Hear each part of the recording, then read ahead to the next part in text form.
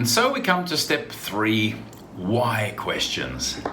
Why questions are really powerful territory. This is where we really take a step back from our problem. We zoom out. We've already had the assumptions. We look at those assumptions.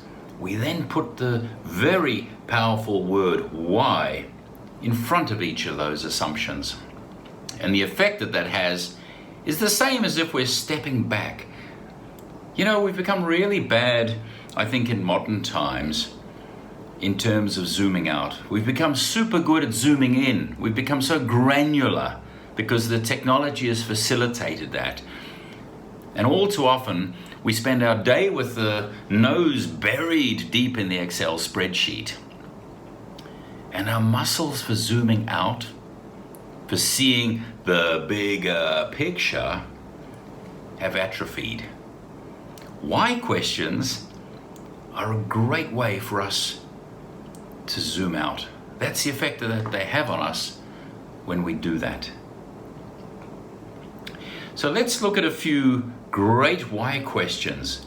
Lines of inquiry, starting with why, that have just busted open certain fields. And you'll see and hopefully feel the power of a great why question in this stage of proceedings. I love this example of Jake and Draka. Jake was by all accounts a very ordinary high school student. Not particularly studious, not particularly interested even, until his uncle passed away from pancreatic cancer. Which got Jake thinking, why are we so bad at detecting these cancers? And his poor uncle could have lived had there been a fast, inexpensive way of detecting the cancer. And Jake took it upon himself to create that question and go and answer that question, to the point where he spent all of his spare time reading magazines about biology, about chemistry. He contacted hundreds of universities, begging them for some laboratory time. Of course, he got rejected by all of them except one, which was Johns Hopkins University, who said, yeah, come on in, kid, we can make some time for you. And guess what? He set about answering that question. And he answered it successfully, to the point that at the end of it, he developed a test which is far more accurate than the current state-of-the-art methodology. And it came in at something like 3 cents a test versus $800 for the existing test. Amazing result. None of which would have happened without Jake asking this question. Why are we so bad at detecting these cancers? And because he started with a bit of beginner's mind, he knew nothing about the subject matter, his mind was wide open to what was possible. Whereas the experts in the field, yes, the same people who had said, no kid, we're very busy, important scientists, please go away, they were the same people that couldn't see another possibility for how you could have a cheaper, faster, better pancreatic cancer test. Also in the medical field, Jane Chen made a fabulous breakthrough. All stemmed from an assignment she was given while at Stanford, which was based on the incubator. Why aren't people in developing countries using the incubators that they have? She asked. And she set about answering that question. Flew to Asia, flew to poor rural communities, and found out, well, for a start, some of these places had no electricity. So how could you use a state-of-the-art, massive $25,000 incubator if there was no electricity? There was also maintenance costs and other ongoing costs which they simply couldn't afford. Following this line of inquiry took her even further out into the countryside And she realized that actually most mothers who needed an incubator weren't even living in the city. Maybe they were in some sort of poor rural mountain town or something. And by setting this question for herself and the team, following it, they developed the Embrace Incubator, which is a $25 solution of phase-shifting wax-like material, which any mum with access to boiled water can keep her baby warm for 4 to 6 hours at a time just by dunking it into boiling water for 5 minutes. Amazing, isn't it? But all made possible by this really probing why question. Why aren't people in developing countries using the incubators they have? The beauty of a why question. Now, we talked at the front of the program about focus. Purpose focuses and area focus. Here's a great example of a purpose focus. So Dwayne Douglas was the coach of the Florida Gators football team. And by observing his players at training and during matches, he said, that's strange. Why aren't our players urinating more often? Okay, so it seems like a strange observation, but guess what? Observing skills, the ability to scan the environment and make acute and astute observations, is a hallmark of great creative people and great innovators. And he noticed that. And by answering that question, of course, that led him to the conclusion, I see, we're playing in the tropical heat and humidity of Florida here. Our players are dehydrated.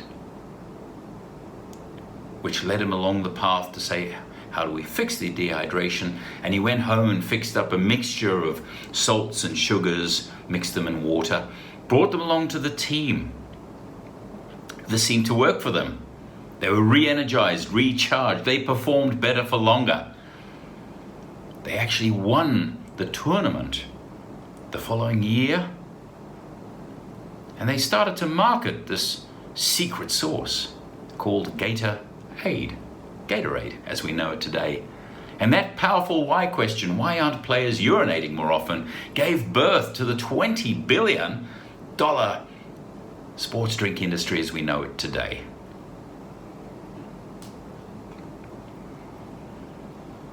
Another explosive why question. This one from Joe Gebeer and his co-founders at Airbnb, who were sitting around the table wondering how the heck they could pay this month's rent when they saw a news report that there was a big expo on in Chicago. Everybody flooding to town to the big expo and not enough hotel beds to go around. Which gave rise to the conversation around the table in which Joe put the question up, why should you be stuck without a bed if I have got an extra air mattress? And as we all know, they've answered that question very successfully.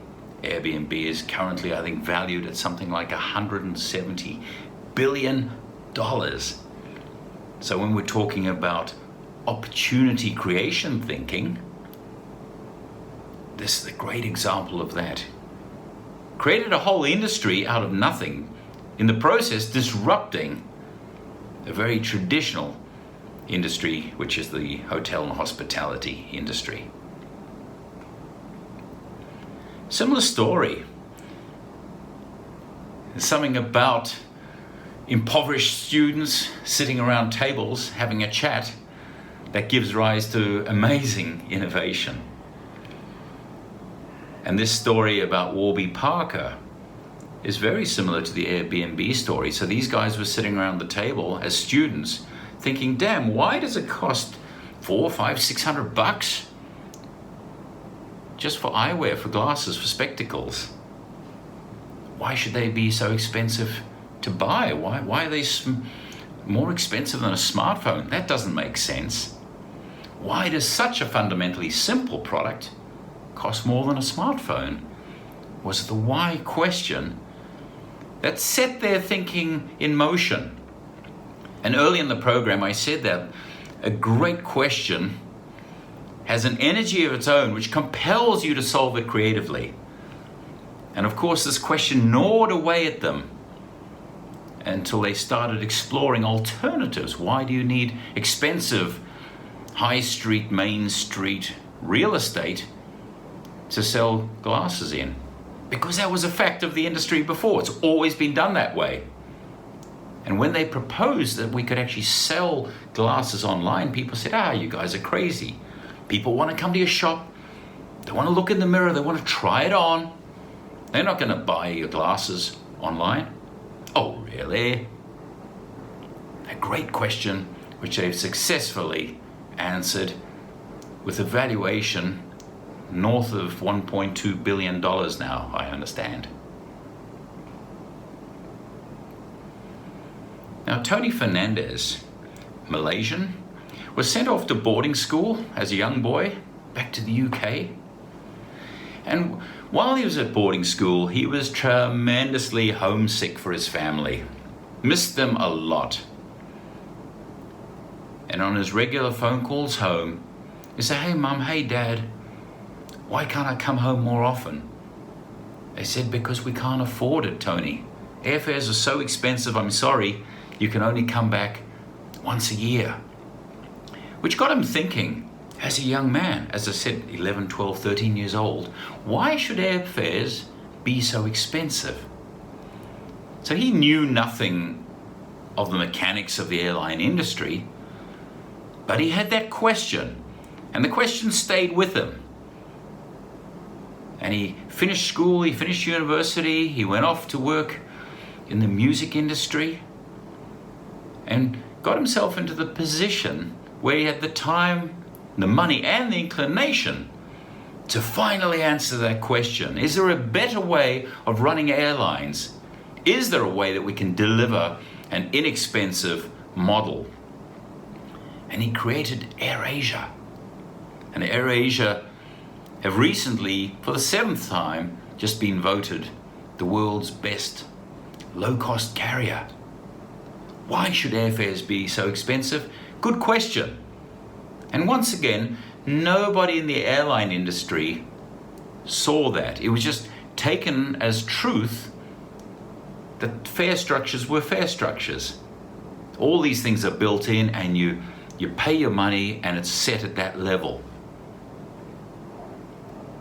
Nobody inside of the industry was really challenging to say, hey, what if we have a stripped down user pays model, which makes it more affordable for more people, and in AirAsia's case, they claim now everybody can fly.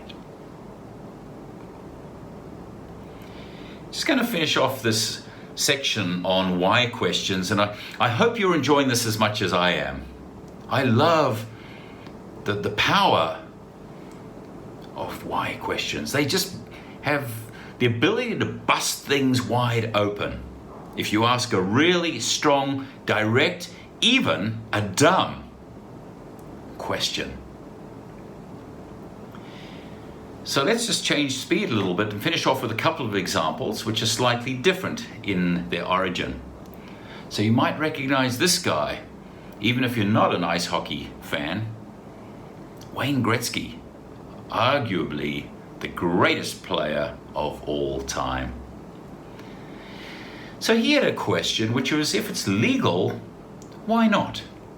Which means if there's nothing in the rule book to say I can't do it, why don't we try it? Let's see if it works. Let's see what we can get away with. So really pushing the envelope, that's part of the challenger's mindset. And that resulted in his signature move, which is to get behind the opposition's goal and flick the puck back over the net to his teammate who's waiting in front of the goal, completely blindsiding the goalkeeper, of course, and bang! His teammate would slam it into the net for a goal. If it's legal, hey, why not? Terrific challenging question from Gretzky. And another great challenging question from the founders of Google. They love to ask, why should it be like that? Why should it be like that? A great question that challenges the status quo.